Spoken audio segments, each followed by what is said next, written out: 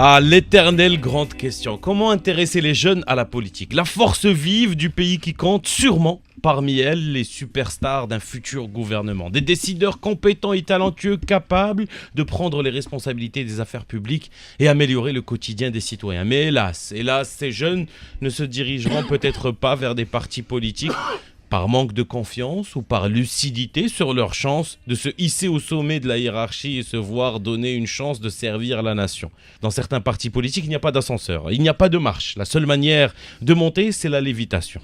Alors comment pousser les citoyens et surtout les plus jeunes à s'engager dans la politique? Dans ma chronique, il n'y a pas de questions sans réponse. J'ai établi une stratégie en 3 axes qui devraient au moins mettre en marche le retour de l'intérêt des jeunes vers la politique. Primo.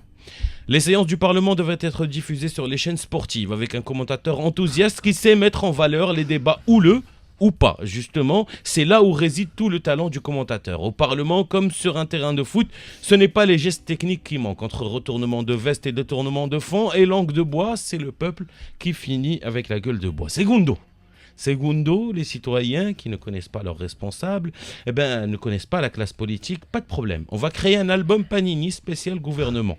Nombreux sont les citoyens qui ne connaissent pas tous les ministres et autres secrétaires d'État.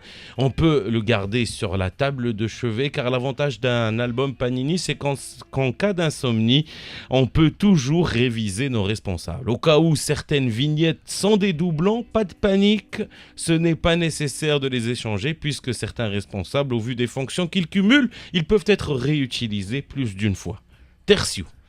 Tertio, j'ai pas de 3e axe parce qu'il faut aussi apprendre à ne pas toujours tenir ses promesses. D'ailleurs, c'est ce que j'ai fait moi-même. Je vous ai promis une stratégie en 3 axes. Eh bien, il n'y en aura que 2. Votez pour moi. C'est la matinale sur Radio 2M, 7h-9h.